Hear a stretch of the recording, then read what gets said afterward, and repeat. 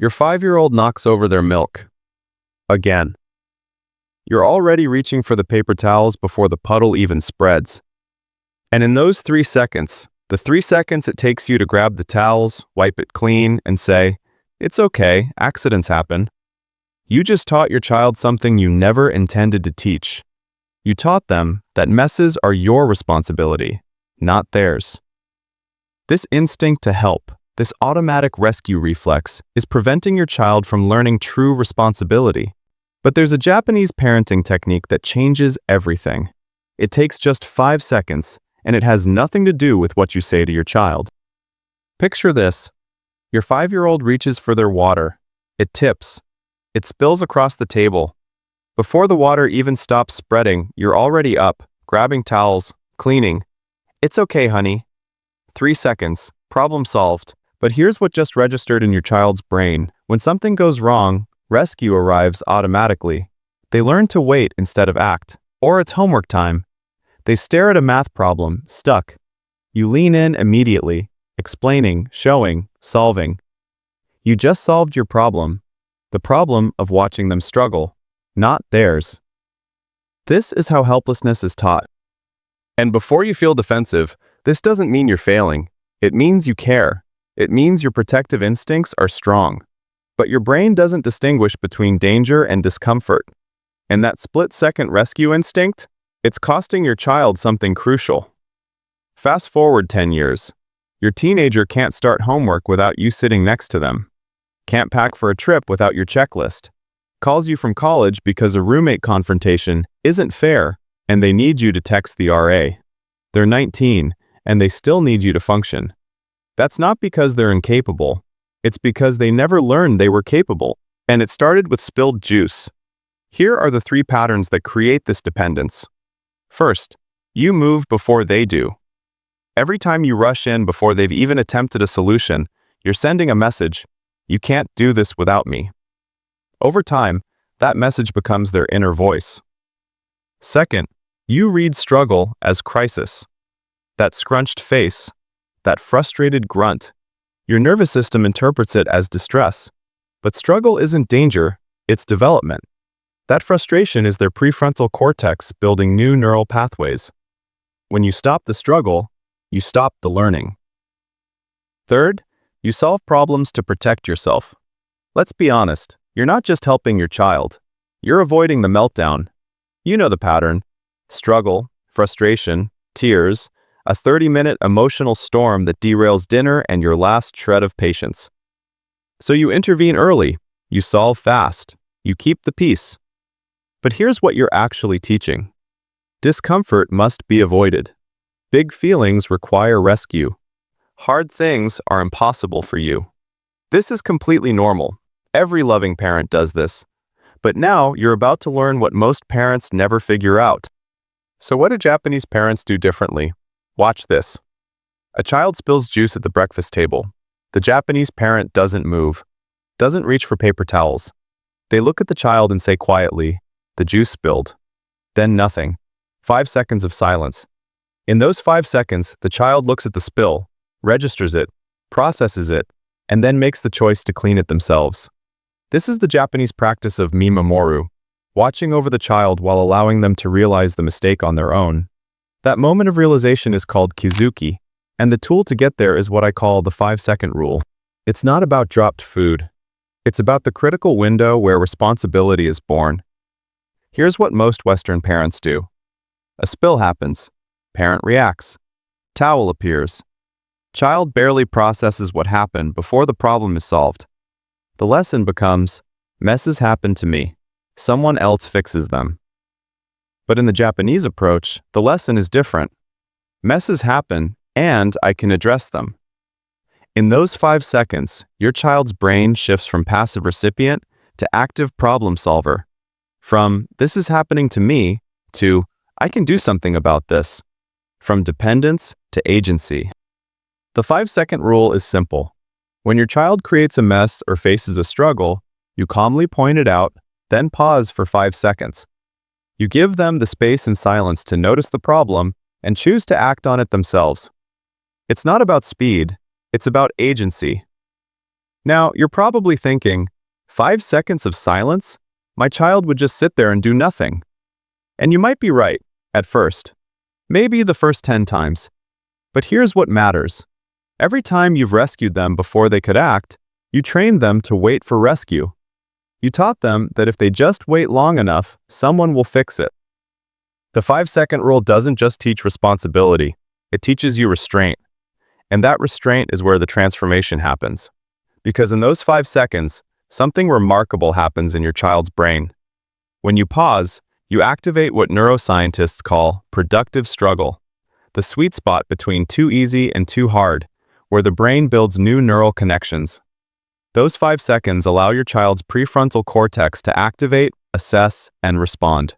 Research consistently shows that children who experience productive struggle develop frustration tolerance, the ability to sit with discomfort without melting down.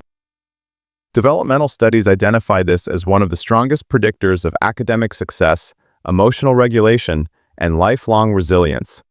But when you rescue too quickly, you send a different message. You can't handle this. And their nervous system believes you. Those 5 seconds aren't just about your child's brain, they're about yours. When your child struggles, your mirror neurons fire. You feel what they feel. Your instinct is to stop the feeling in both of you by solving the problem. But when you rush in, your anxiety tells them this is a crisis. When you pause and regulate yourself, your calm becomes contagious. Your child borrows that calm. They sense you aren't panicked, so the struggle becomes manageable. Think about teaching your child to ride a bike. You hold the seat. If you never let go, they never learn balance. But when you release, when they wobble, catch themselves, adjust, that's when learning happens. The 5-second rule is you letting go of the seat.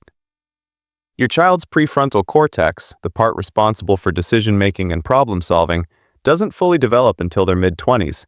But it only develops through use. It's like a muscle. Every time you solve a problem for them, you're doing their brain's push-ups for them. Those 5 seconds activate a part of the brain that only grows through self-directed problem solving. You can't develop it for them. You can only create the space for it to grow. So how do you actually do this? First, observe without reacting. Harder than it sounds. Your instinct will scream to move, speak, fix. Instead, breathe. Notice the urge to rescue and choose not to act yet. Second, count silently to 5. This isn't for your child, it's for you.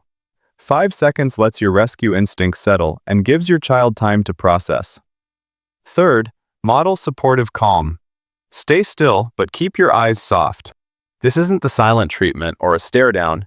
Your child reads your face to decide whether they're in trouble or just in a situation. Your warmth tells them, you're safe. You can handle this. Fourth, prompt. Don't fix. After 5 seconds, if they haven't moved, say, I see the block spilled.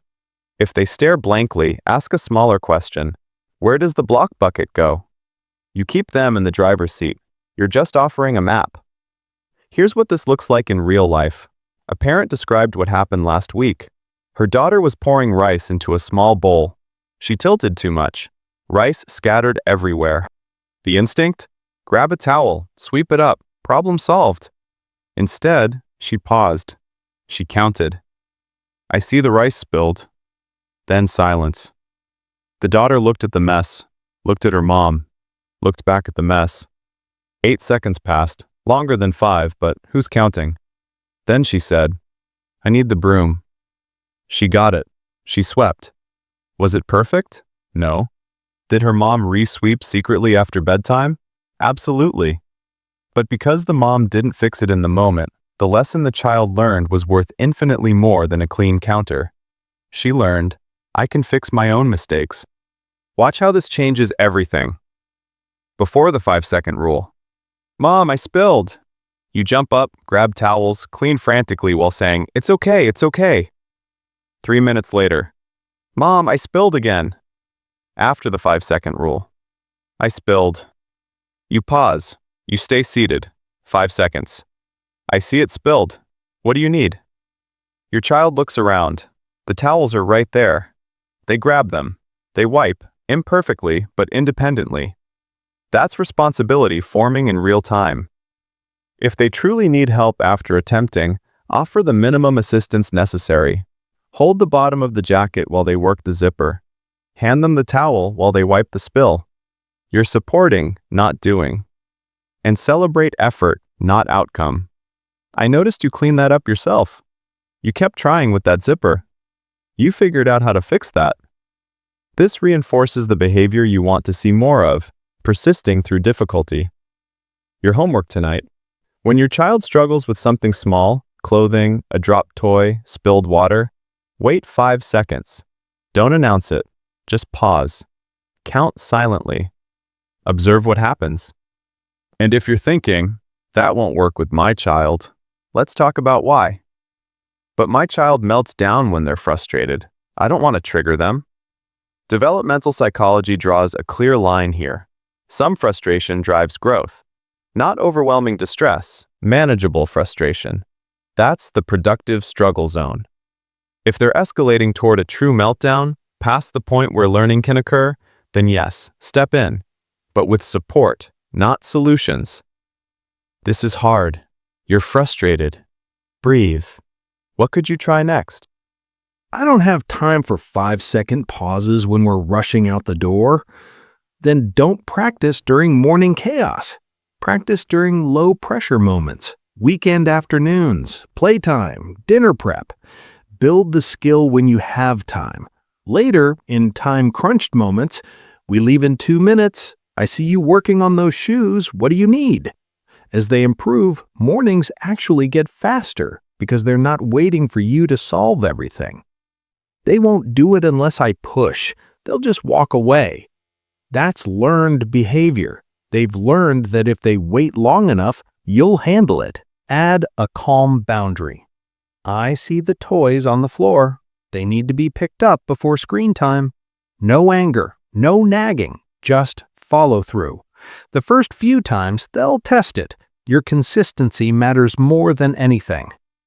What if my child has ADHD, anxiety, or other challenges? The rule still applies. It just adapts. For ADHD, 5 seconds may include pointing. I see the juice. Where do we keep the towels? For anxious children, you can handle this. I'll stay right here while you try. The principle stays the same.